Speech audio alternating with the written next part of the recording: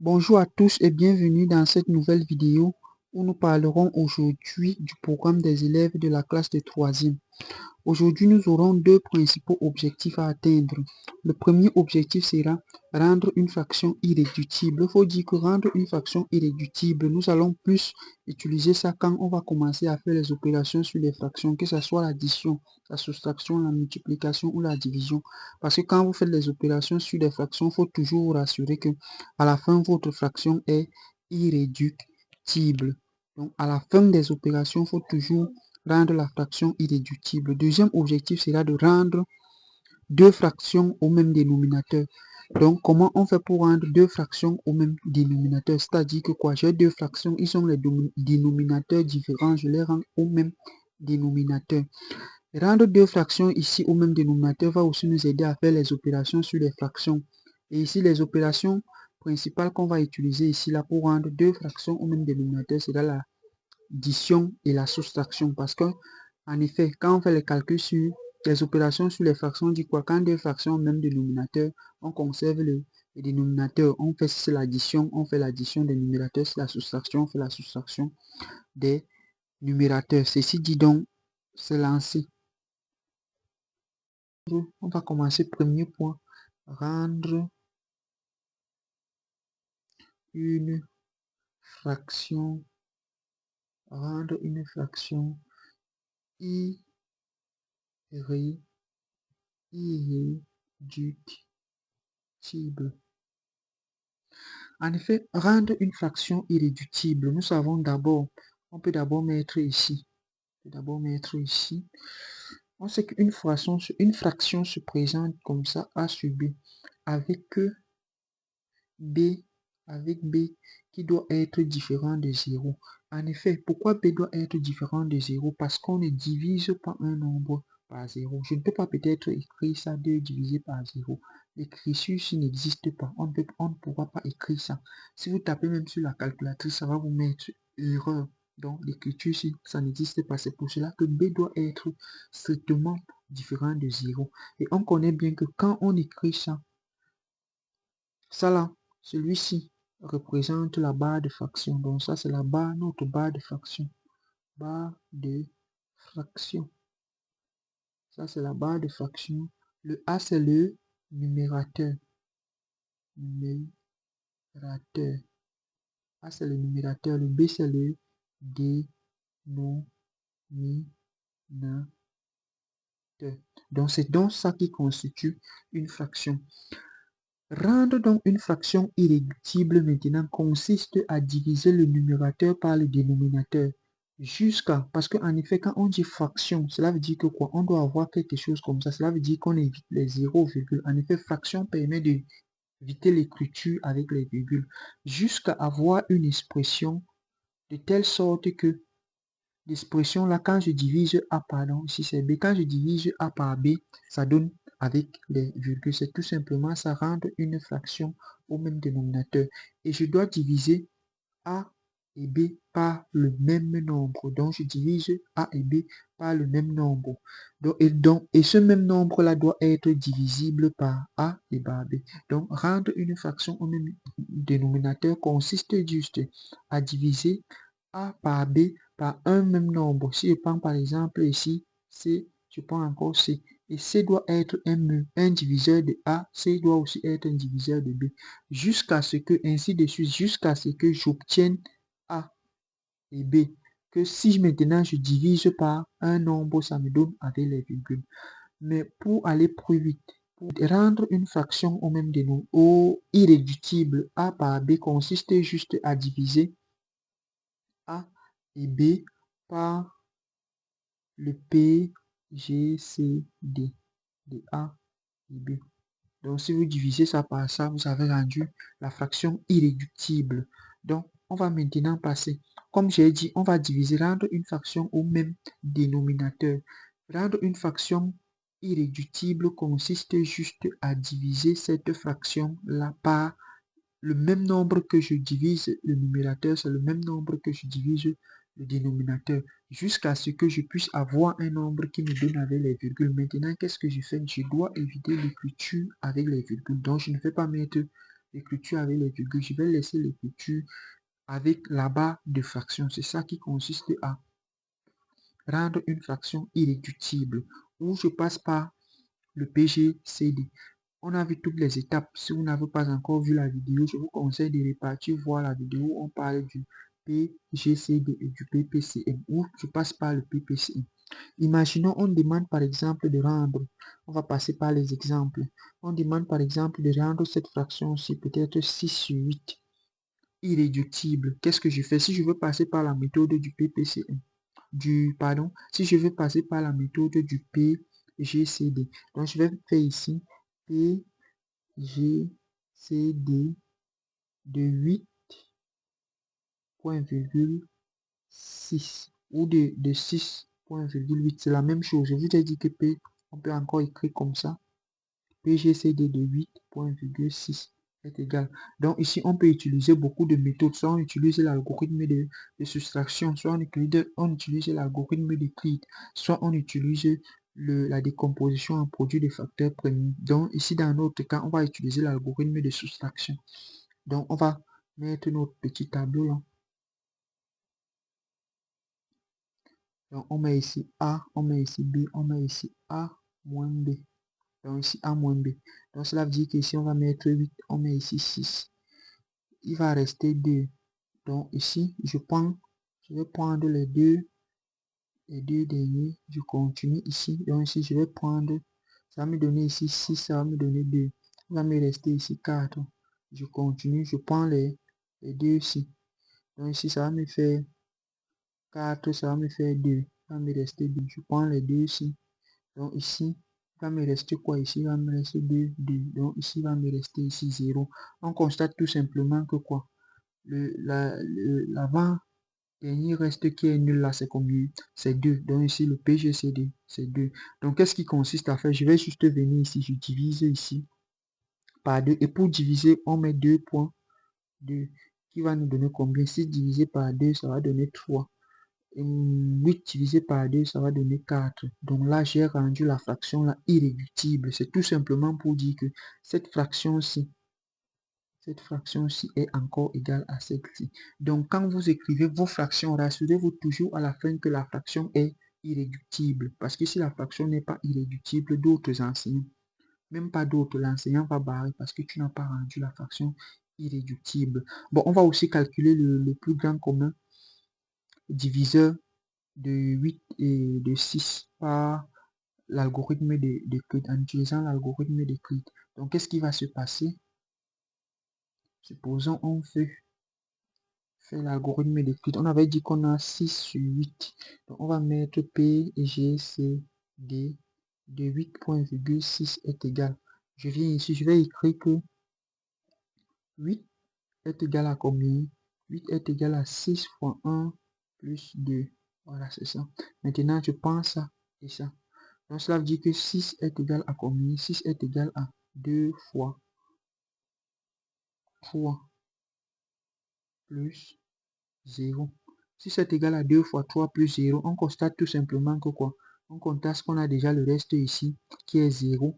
On revient juste, on lit le dernier reste non nul qui est quoi? 2. Donc, le plus grand commun diviseur de 8 et de 6, c'est 2. Donc, on vient tout simplement ici, on divise par 2, on divise par 2, qui va nous donner encore combien ici? Ça va nous donner 3 et ça va nous donner 4. Donc, on a rendu notre fraction irréductible. Ou tout simplement, si je ne veux pas utiliser la méthode par le plus grand commun diviseur, j'ai ici 6 que je vais rendre irréductible par 8. Je cherche tout simplement un nombre qui est un diviseur de 6 et de 8. Donc, je cherche un nombre qui est un diviseur de 6 et de 8. Un nombre qui est un diviseur de 6 et de 8 ici, je peux prendre tout simplement 2. Donc là, c'est à moi de réfléchir. Donc, je divise par 2, je divise par 2. Ça va me faire combien? Ça va me faire ici 3. Ça va me faire ici 4. J'ai rendu la fraction irréductible. Donc, si je ne veux pas passer par la méthode du plus grand commun diviseur, je réfléchis moi-même. Quel est le nombre que Je cherche juste un diviseur qui divise le numérateur et le dénominateur. Et c'est tout. Donc, je vais encore effacer ici. On va prendre encore d'autres exemples. Supposons qu'on a par exemple 25 sur 5. Voilà, on a 25 sur 5. Vous voyez, on va chercher un nombre ici qui divise 25 et 5. C'est bon, donc on constate tout simplement qu'on a 5. Donc on aura ici quoi? On aura ici 5 et on aura ici 1. Et généralement, avec les fractions, on ne met pas 1 au dénominateur. Quand vous avez 1 au dénominateur, mieux c'est d'écrire encore comme ça. Voilà, 5. Et il faut vous rassurer que quand vous avez par exemple une fraction 5 comme ça, c'est 5 sur 1. Quand vous avez une fraction 5 comme ça, cette fraction-là, elle s'écrit comme ça, 5 sur 1, mais seulement qu'on ne met pas 1 au dénominateur.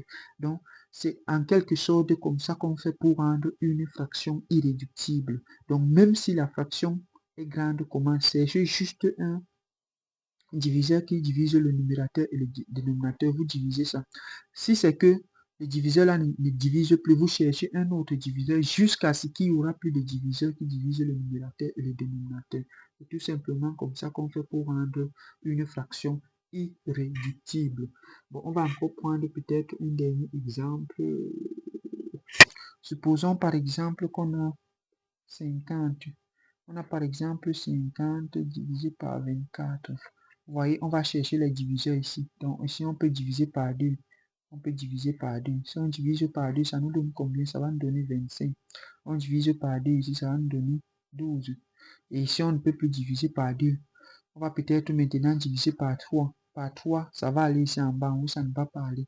Par 5, ça ne peut pas aller. Par 4, ça ne peut pas aller. Donc, tout simplement, la fraction là est tout simplement égale à ça. Donc, c'est irréductible. Donc, c'est comme ça qu'on fait pour rendre une fraction irréductible. Je fais un petit récapitulatif. Pour rendre une fraction irréductible, il suffit juste de trouver un nombre diviseur du dénominateur et du numérateur. Je divise donc le numérateur et le dénominateur, et ainsi de suite. Si le nombre là n'est plus le diviseur du numérateur et du dénominateur, je cherche un autre nombre diviseur du numérateur et du dénominateur jusqu'à. Donc, je fais cette opération jusqu'à ce que je ne trouve plus de diviseur qui divise le numérateur et le dénominateur.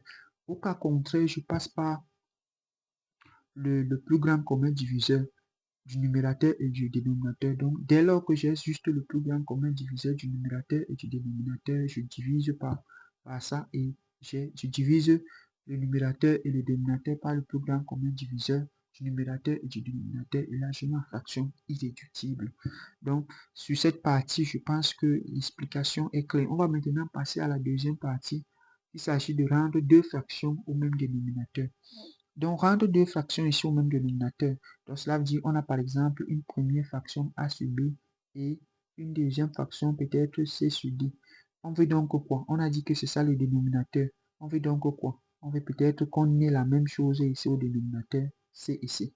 Comment on fait donc pour rendre ces deux fractions sur le même dénominateur? Voilà. Donc, ceci dit le chapitre. Si on va passer aux exemples pour mieux comprendre. Imaginons, on a par exemple 1 sur 3 et peut-être 4 sur 5. On demande de rendre ces deux fractions-ci au même dénominateur. Le principe est simple. Je prends juste la première fraction. Je vais juste prendre la première fraction qui est 1 sur 3. Je vais multiplier par le dénominateur de la deuxième. Donc, je vais multiplier ici par 5. Je multiplie encore ici par 5. Vous voyez que quand vous multipliez comme ça, là, vous n'avez rien changé parce que vous pouvez toujours simplifier ce 5-là et notre fraction reste encore identique comme elle était. Et je vais maintenant reprendre la deuxième qui est quoi? 4 sur 5. Je vais maintenant multiplier par le dénominateur de la première. Est-ce que vous voyez un peu? Je vais maintenant multiplier par le dénominateur de la première par 3 et par 3. Et vous constatez tout simplement que vous n'avez encore rien changé parce que ces 3-ci, vous pouvez encore les simplifier et vous restez avec votre même fraction. Donc, on va continuer. On va donc obtenir ici quoi? On va obtenir ici 5. Et on va obtenir ici 15. 3 fois 5, 15. Et ici, on va obtenir ici combien? On va obtenir ici 12. Et ici, on va obtenir ici combien? 15. Vous voyez que maintenant, on a nos deux fractions qui sont au même dénominateur. Donc, le principe est simple. Pour rendre deux fractions au même dénominateur, je prends la première fraction, je multiplie le numérateur et le dénominateur par le dénominateur de la deuxième fraction. Et je prends la deuxième fraction, je multiplie le numérateur et le dénominateur par le dénominateur de la première fraction. Donc, on va encore prendre un autre exemple pour rendre une fraction au même dénominateur. Donc, pour vous mettre un peu l'eau dans la bouche, rendre une fraction au même dénominateur, on va beaucoup plus utiliser cette opération-là quand on va manipuler les fractions, c'est-à-dire quand on va faire les opérations sur les fractions, l'addition, la soustraction, on va voir ça là-bas. Donc, on prend par exemple une fraction comme ça au hasard. On prend par exemple 2 cinquièmes. Pardon. On prend par exemple 2 sur 5 et on prend par exemple 7 sur peut-être 7 tiers. On veut rendre ces deux fractions sur le même dénominateur. Je vous ai dit que je prends d'abord la première. Donc, je vais prendre ici 2 cinquièmes. Pardon. Je vais prendre ici 2 cinquièmes. Je multiplie par le dénominateur de la deuxième fraction. Donc, je multiplie ici par 3. Je multiplie ici par 3. Et je prends la deuxième fraction qui est quoi? Qui est 7 sur 3. Que je vais multiplier par quoi? Je multiplie maintenant par le dénominateur de la première fraction. Donc, je vais multiplier par 5. Ici, je multiplie par 5. Donc, ici, au fini, ça va me donner quoi ici? Ça va me donner ici 6 sur 15. Et ici, ça va me donner quoi ici? 35 sur 15. Et là, vous voyez que nous avons la même chose au dénominateur. Là, j'ai rendu ma fraction au même dénominateur. Donc, c'est le principe qu'il faut pour rendre une fraction au même dénominateur. Pour rendre deux fractions au même dénominateur, donc il y a une autre méthode que d'autres personnes utilisent souvent. On calcule le P, ou on calcule le P, PCM. Mais cette méthode-là est vraiment longue. Je ne vous conseille pas de l'utiliser. Donc, on va encore prendre une autre fraction. On va la rendre. On va encore prendre deux fractions. On va les rendre au même dénominateur.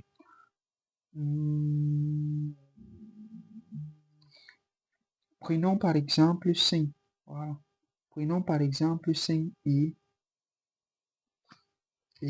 9 sur 4, 9 quarts. Je vous ai dit qu'avec les fractions, quand on écrit par exemple 5 comme ça, c'est 5. En effet, c'est 5 sur 1. Mais comme on ne met pas 1 au dénominateur, on écrit tout simplement 5. Donc, comme on a donc 5 comme ça, je peux donc venir maintenant, j'écris ici. Cela veut dire que j'ai 5 sur 1. On dit généralement 5 unième, mais ça ne se dit pas.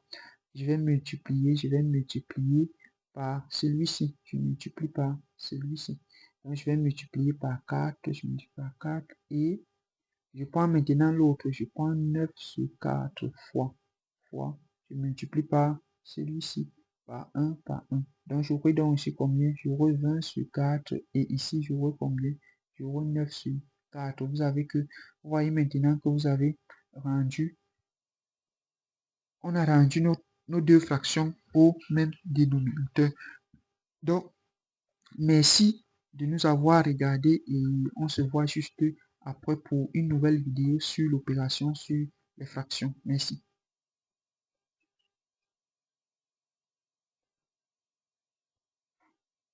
Donc, merci de nous avoir suivis et on se voit juste après pour une nouvelle vidéo sur l'opération. On va faire l'opération sur des fractions. Merci pour merci pour votre compréhension. On se voit juste après pour une nouvelle vidéo sur l'opération sur les fractions. On parlera de l'addition, la multiplication, la soustraction et la division des fractions. Merci.